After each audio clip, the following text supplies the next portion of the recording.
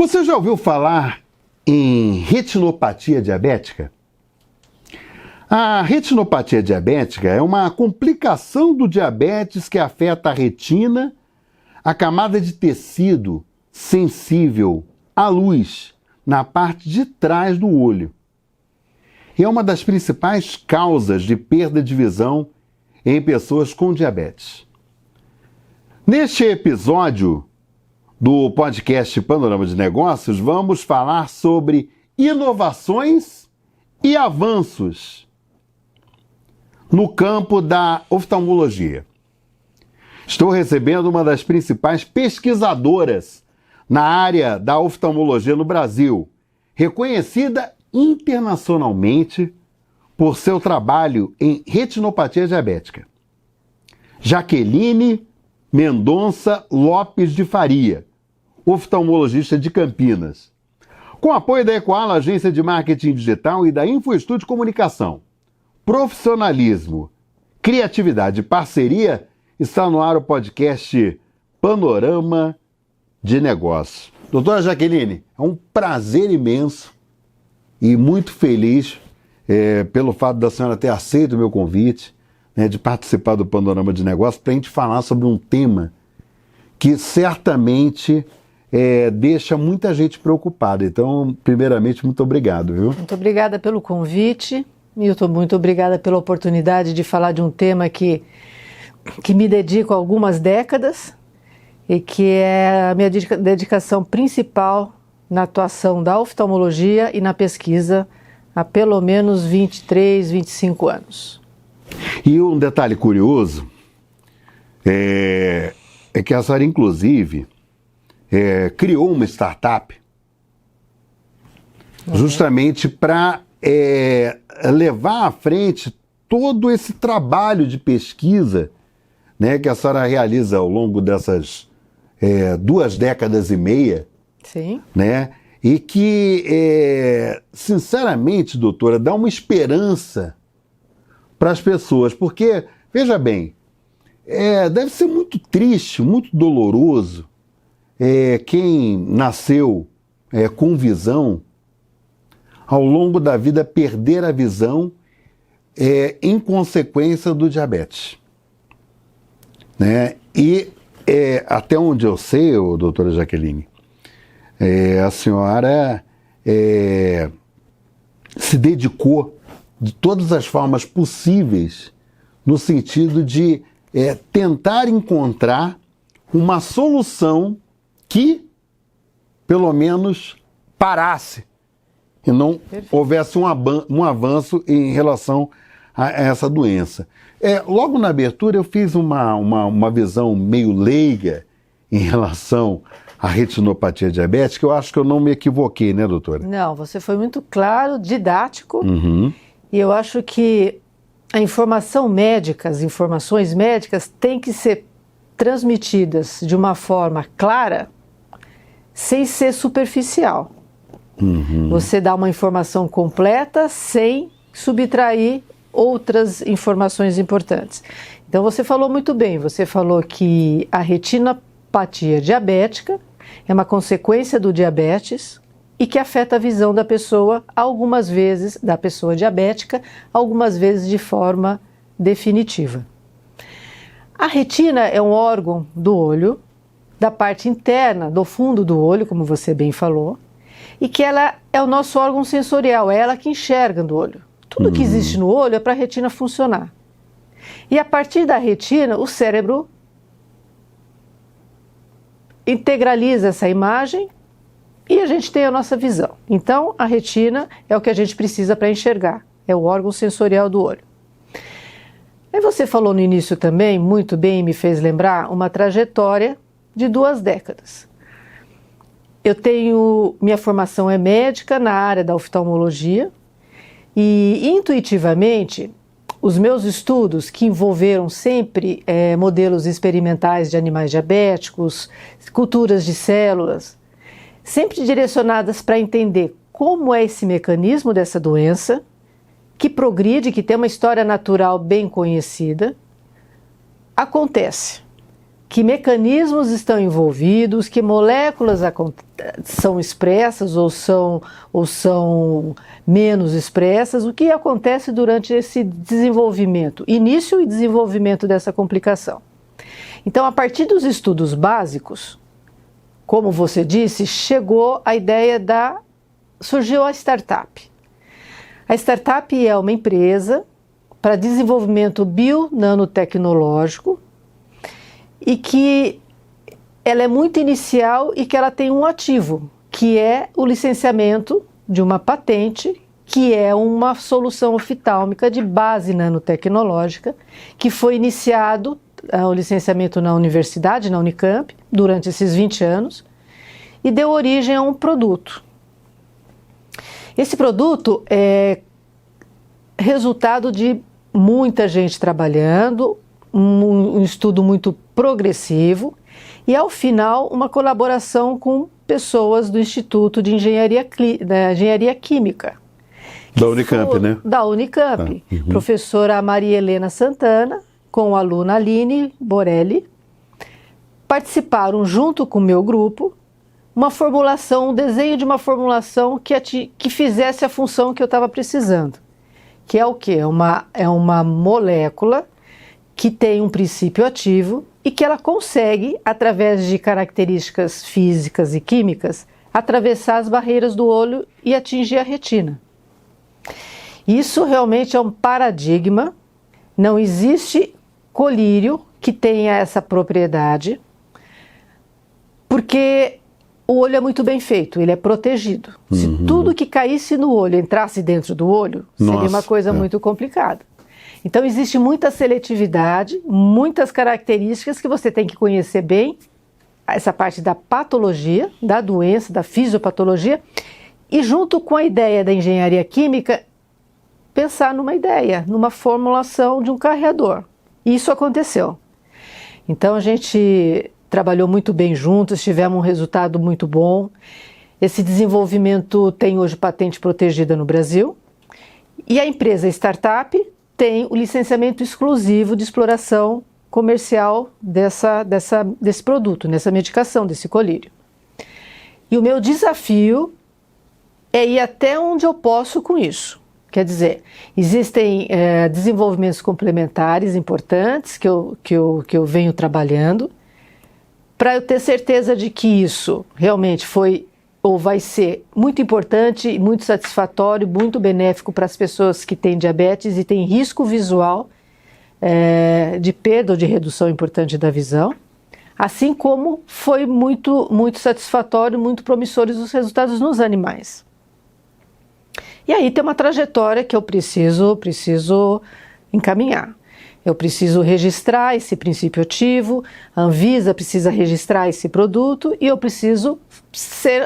esse produto precisa ser testado em pessoas para, se tudo der certo, que seja um produto seguro, não tóxico e efetivo na proteção da visão das pessoas diabéticas, quer dizer, que protege a retina frente aos efeitos tóxicos da hiperglicemia. Gente, na verdade, é importante enfatizar que no Brasil nós temos pesquisadores fantásticos que muitas vezes não ficam no país porque não se investe em pesquisa. Essa que é a verdade. Não se investe em pesquisa no Brasil da forma como deveria e com a seriedade que deveria ser, né? O que é importante, na verdade, em relação a isso? Significa uma esperança para muitas pessoas. Só para vocês terem uma ideia, tá? Isso daí me levou, inclusive, a fazer o convite para a doutora Jaqueline para ela participar comigo, porque você que está acompanhando o Panorama de Negócios, você precisa saber disso. Você precisa saber do trabalho sério que é feito no Brasil, que tem gente séria, que tem gente competente, que tem gente que luta para te dar saúde. Para vocês terem uma ideia como é que é grave essa doença, a retinopatia diabética, ela afeta cerca de 500 milhões de pessoas no mundo. No Brasil, só tem uma ideia de quantos que? Entre 12 e 14 milhões de pessoas. É um número muito grande, doutora. Muito grande, e é uma doença crônica. Uhum. Não tem cura, né, doutora? Não tem cura. Se chegar, por exemplo, a um ponto que leve, por exemplo, à cegueira, é irreversível, não tem cura. Felizmente, com mais informação, isso é muito importante, o que a gente está fazendo agora é muito importante, que a informação é essencial para uma doença que não tem outra manifestação a não ser a visão. Quer dizer, ela não dói. Uma vez manifestada a alteração na visão, já se transcorreu muita coisa da doença sem ter sido percebida. E aí talvez tenha sido perdido, na nossa perspectiva, o melhor momento de intervenção, de atuação. Quer dizer, um tratamento ou um diagnóstico antes do impacto visual, e que se a pessoa, o paciente, viver 20, 30, 40, 50 anos com o seu diabetes, ele consegue continuar enxergando, continuar tendo as atividades essenciais dele. Isso é muito importante. Isso é um impacto pessoal, social, financeiro, para a saúde pública, imenso.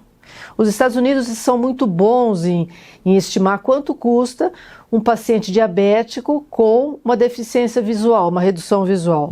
Custa muito para o sistema todo. O Brasil, a gente não tem esses dados muito claros. Mas é muito impactante, porque uma pessoa na idade produtiva, se tem uma deficiência visual, obrigatoriamente ele é deslocado para outra função. Ele tem muitos retornos e faltas, ausências nos compromissos de trabalho. Enfim, são dificuldades, complicações que se impõem na vida da pessoa. Até um momento que as coisas podem se restringir bastante. Não conseguir dirigir, não conseguir ver tabelas de Excel num computador e etc. É uma limitação que pode ser total, né? Que pode ser total. A visão entre os nossos 5 ou 6 sentidos é o que melhor interage a gente ao ambiente. Então, é o que você falou muito bem também.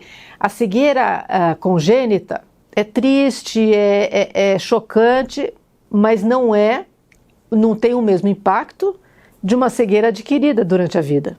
Sim, sim.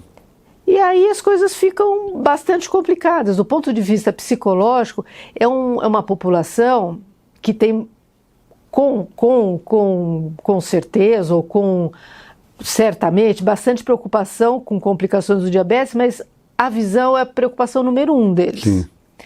Muitas vezes essas pessoas, infelizmente, têm outros problemas de saúde, problemas no rim, que precisam fazer hemodiálise, transplante, problemas de circulação em membros inferiores, com úlceras nos pés e nas pernas, mas eles me falam que pode acontecer tudo, ir para diálise, ter problema na perna, mas perder a visão, não. Isso muito é uma triste. coisa que não é possível eles aceitar. Aí gera decepção, depressão, enfim. Então, na verdade, aí acaba transcorrendo até, eu diria, uma série de outras doenças. Sim, pronto. De origem psicológica. Muito. Né? Porque o que acontece? Eu sempre costumo dizer, doutora, que eu falo muito isso, a sua cabeça é seu guia. O que eu quero dizer, na verdade, com isso? Que se você, numa manifestação no seu cérebro, né? Você tiver um posicionamento muitas vezes determinado em relação a algumas coisas, chega a algo até de obsessão.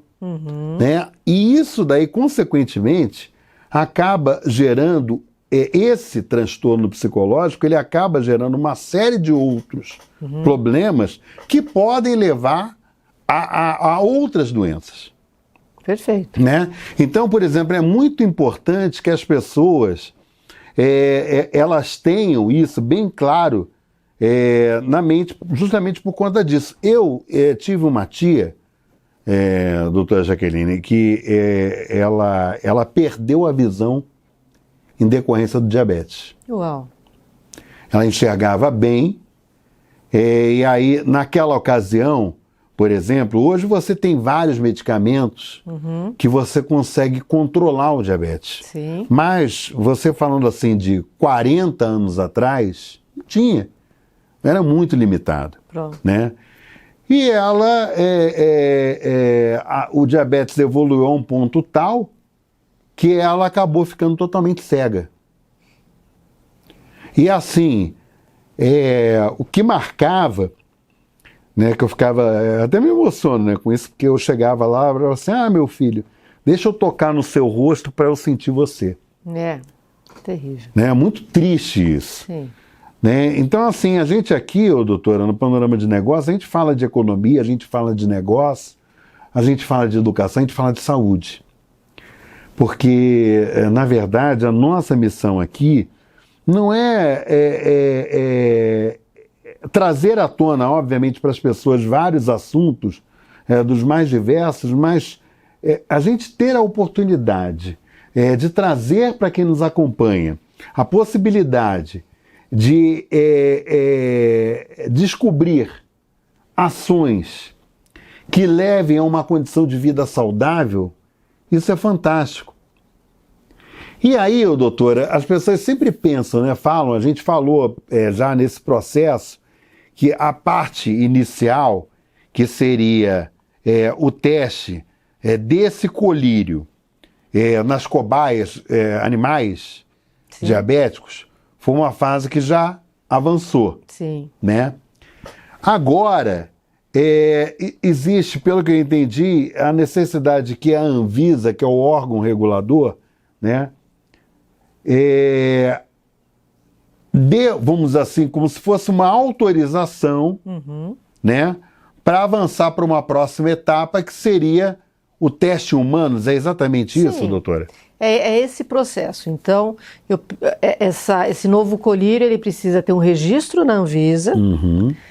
Aí, se eu preciso apresentar um dossiê com muitas informações que vão ser analisadas, obtenho um registro. Aí eu preciso fazer um desenho que é o estudo clínico. Então, um primeiro estudo vai ser um estudo com pessoas saudáveis, que vão testar se esse colírio irrita o olho, se tem alguma sensação diferente. É um estudo muito bem pensado e desenhado para ter certeza que esse colírio não é tóxico para as pessoas. Já tem muitas informações de que ele não é, mas eu preciso mostrar nas pessoas que também não é. Superou essa fase, ele é bem aceito, bem tolerado, aí precisa ver o quanto ele é eficiente na preservação da visão naquelas pessoas que têm diabetes. E é o que você está falando, eu preciso ter autorização das agências regulatórias para fazer isso no Brasil, inicialmente. Doutora, eu sei que a senhora é autora de inúmeros artigos científicos, inclusive nesse reconhecimento internacional. Por que eu estou falando isso, gente? Obviamente, por exemplo, para uma pesquisa, muitas vezes ela ter como se fosse assim uma certificação, né? Você primeiramente há necessidade que você publique ou parte ou etapas dessas pesquisas, são várias pesquisas, né? Sim. Para que a comunidade científica tome conhecimento e dê como se fosse uma espécie de certificação. Sim. Eu estou falando como leigo, tá, doutora? Se eu estiver equivocado, a senhora me conserte, por favor. É ótimo essa colocação que você tá propondo. É assim, a informação científica de valor tem níveis de robustez. Então, existem diversas revistas em determinadas áreas específicas de circulação internacional, de mais alto impacto e de menos impacto. As de mais alto impacto são as revistas que produzem artigos que têm muitas citações. E são artigos que foram revisados por pares. E é uma revisão anônima. ele não conhece quem fez o trabalho, na maioria das vezes, e o autor não sabe quem revisou o trabalho dele. Aí esse trabalho é submetido a essa revisão por pares, e normalmente eles pedem alterações, explicações, mais informações.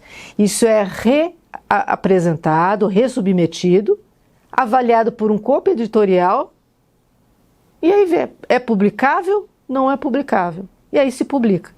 Quanto melhor a revista, melhor o impacto dessa revista, mais prestígio internacional o dado que você está publicando tem.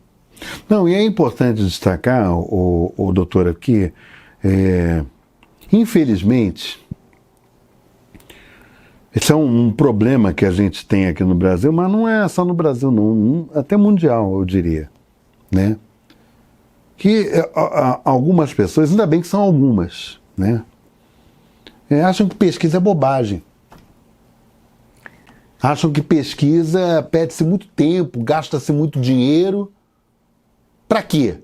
Pronto. É para você ter uma vida saudável, é para você resolver um problema, por exemplo, como é o caso da retinopatia diabética, né? E você poder continuar vendo as coisas, enxergando. Então, assim, eu faço questão de colocar isso porque muitas vezes as pessoas são tão ignorantes, né, ao ponto, por exemplo, delas não entenderem o devido valor de uma pesquisa.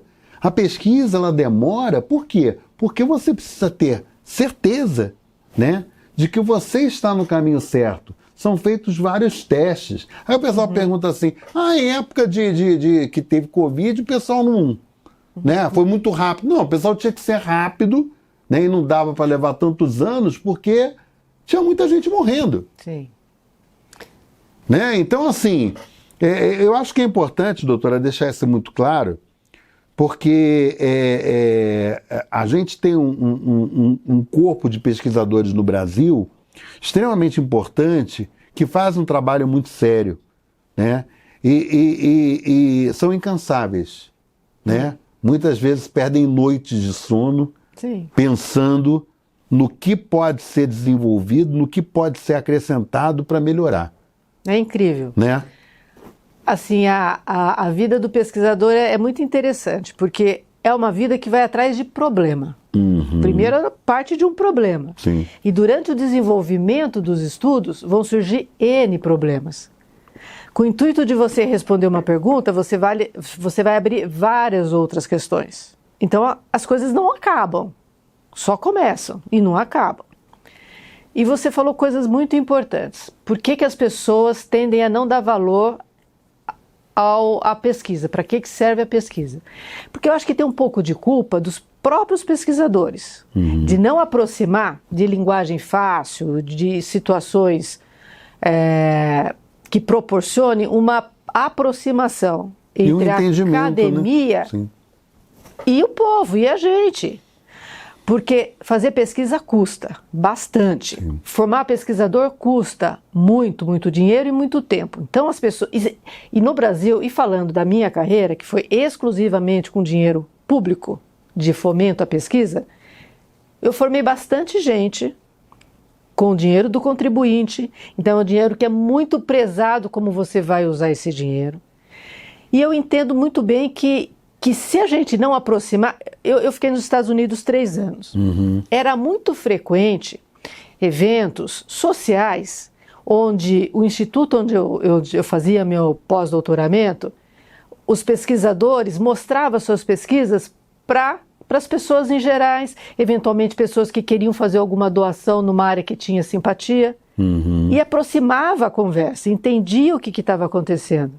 Porque existe na medicina muitas questões não respondidas. Essa nossa de hoje, que é o colírio para preservar a visão no diabetes, é muito interessante porque o que se tem hoje são tratamentos invasivos. Invasivo é aquilo que pode trazer... É qualquer coisa que uma agulha, uma injeção é um tratamento invasivo. Então hoje se trata com laser na retina, se trata com cirurgia convencional no olho ou se trata com remédio, mas que se faz uma injeção intraocular. Tudo isso é invasivo, é caro e são momentos da doença onde a visão já foi deteriorada até certo ponto. O que a gente pretende? O que é o futuro? O que é a coisa bacana?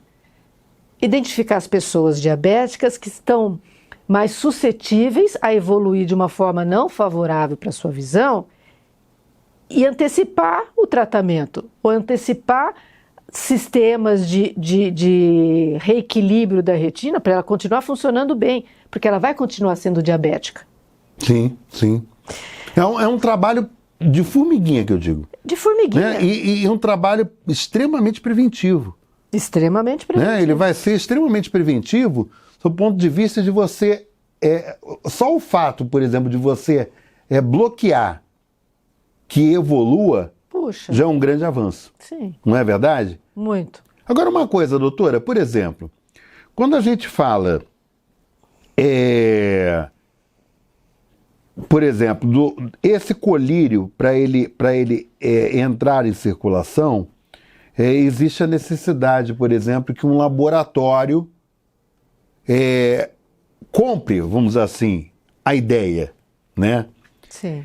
Como é que está essa questão, doutora? Porque tem gente ouvindo a gente, né, acompanhando, né, assistindo, e de repente você, né, que tem um laboratório, né, ou que é CEO de um grande laboratório, né, de repente é uma oportunidade boa, interessante, né? Como é que... Então, é um relacionamento novo para mim. Uhum. Eu estou aprendendo a conversar com indústrias farmacêuticas, porque o Brasil não tem tradição de inovação na área farmacêutica. Uhum. Uma startup como a minha, que nunca produziu um colírio que foi para o mercado, um colírio novo, gera muita dúvida da segurança, falando de uma cooperação com uma indústria farmacêutica, qual que é o retorno disso. Mas como está sendo feitas as coisas de uma forma muito segura e muito sólida, e isso só vai chegar lá no paciente, lá no consumidor final... Isso aí o pessoal tá querendo saber, né? Se houver a participação de quem produza, de quem distribua. Então, o que a startup procura? Colaborações das diferentes maneiras. Investimentos, de fundos de investimentos, indústrias farmacêuticas que têm essa linha de oftalmologia ou que quer começar, de forma a ser co-licenciante desse desenvolvimento, ou outras formas de se estabelecer uma parceria. Então é um momento muito importante que eu preciso expor o que já foi feito, mostrar o que a gente precisa e aonde que a gente pode chegar. Porque falando em parcerias, a gente pode ter uma abrangência enorme de pessoas possivelmente beneficiadas por isso. Sim, sim. E é um tratamento, traçando um paralelo ao glaucoma. É um tratamento que é crônico, é para a vida. Sim. Então, para quem sabe fazer conta, é uma conta para se fazer. E é um retorno social imenso. Então, tem os dois lados da história aí muito boas de ser contadas. Bom, nós estamos em 2025. A senhora acredita, por exemplo, nessa fase, por exemplo, de contato com a indústria farmacêutica, o teste feito em humanos, uma aprovação da Anvisa, todo esse trâmite aí? Sim. A senhora acredita que existe a possibilidade, por exemplo, desse colírio ir ao mercado? Em quanto tempo, doutora? Se tudo depende de quando começar efetivamente, entre 3 e 5 anos. Mais ou menos, né? Mais Foi o que eu estava pensando aqui. Doutora, uma coisa que eu queria lhe perguntar, nós já estamos quase encerrando o episódio do Panorama de Negócios de hoje, mas o tema, quando se fala em inteligência artificial, tem ganho um espaço muito grande, inclusive na ciência, né? Eu conversei recentemente com um pesquisador do CNPq e ele falou que a inteligência artificial está sendo utilizada pelos pesquisadores de uma forma bem importante. Sim. E interessante. A senhora conseguiu ou pensou na utilização da inteligência artificial dentro desse processo de estudo, doutora? Então, na minha experiência nessa trajetória, onde que beneficiaria a inteligência artificial? Em identificar drogas e moléculas que pudesse atuar nos mecanismos que eu conheço bem dos meus trabalhos anteriores. Tá. E aí a gente ganha muito tempo. Que aí avança, né? Avança, porque você tem as informações muito mais rápidas, muito mais informação em muito pouco tempo. Então você descarta o que possivelmente não vai dar certo e não fica testando o que não vai funcionar. Sim. E já vai direto para os alvos mais promissores. Então, a inteligência artificial é muito boa para essa fase de desenvolvimento de novas drogas. A senhora já chegou a usar? Não, eu pessoalmente não, mas conheço pessoas expert nisso e é fantástico. É um outro mundo. Não, com certeza, com certeza. Outro mundo. Não, e assim, né? A evolução, principalmente sob esse ponto de vista, né, de você não insistir com moléculas, por exemplo, que não vão propiciar nada de que seja importante no sentido do desenvolvimento. Porque, né? só abrindo um parêntese, para uma droga que chega na prateleira, que tem resultados promissores nos estudos, para essa droga ter chego até o final, 98% de outras alternativas foram descartadas. Sim. Então, se tenta muitas coisas, um leque muito aberto, e se chega num funil muito estreito. Isso a inteligência artificial deve facilitar enormemente. De começo já vai descartar o que possivelmente não tem futuro, não faz sentido, enfim. Doutora Jaqueline, a gente está encerrando esse episódio do podcast Panorama de Negócios, mas, por exemplo, se as pessoas quiserem conhecer um pouco mais em relação a esse trabalho de pesquisa que está sendo desenvolvido, existe algum site, algo que as pessoas podem acessar e até, por exemplo, sei lá, de repente entrar em contato com as pessoas da startup, no sentido de doar, sei lá, algo parecido, existe? Existe uma coisa primitiva ainda para isso, existe um site da startup e o contato basicamente é comigo. O site da startup, não sei se é possível eu falar isso. Pode sim. É verlux.com.br/PID, P de pesquisa, E desenvolvimento. Vai ter todas essas ideias iniciais, esses conceitos do desenvolvimento ali. O contato também está ali. E me disponho, obviamente, a quem tiver interesse de aprofundar mais sobre o tema, sobre o projeto, de todo interesse nos aproximarmos. Doutora Jaqueline Mendonça Lopes de Faria, uma pesquisadora que a gente está trazendo no Panorama de Negócios com reconhecimento internacional, viu, gente? Agradeço muito mesmo a sua participação, muito feliz da senhora ter aceito o convite. Eu acho que a gente teve a oportunidade de trazer riqueza de detalhes para as pessoas que, inclusive, têm essa doença, né, e que desfrutam da possibilidade de não perder a visão totalmente. Então, muito obrigado, viu, doutor? Muito obrigada pela oportunidade. E se eu puder deixar isso na minha vida, na minha carreira, esse projeto concluído dessa forma que eu imagino, vai ter valido tudo. Com certeza. Gente, você acompanha as informações no site do Panorama de Negócios, www.panoramadenegócios.com.br, e acesse o canal do Panorama de Negócios no YouTube. Né? Lá você vai ter todos os episódios que já foram apresentados e você pode ver e rever quantas vezes você quiser. Eu te convido para o próximo episódio do Panorama de Negócios, que a gente sempre traz aqui um entrevistado com muito conteúdo importante para você, para o seu conhecimento. Então, até o próximo episódio.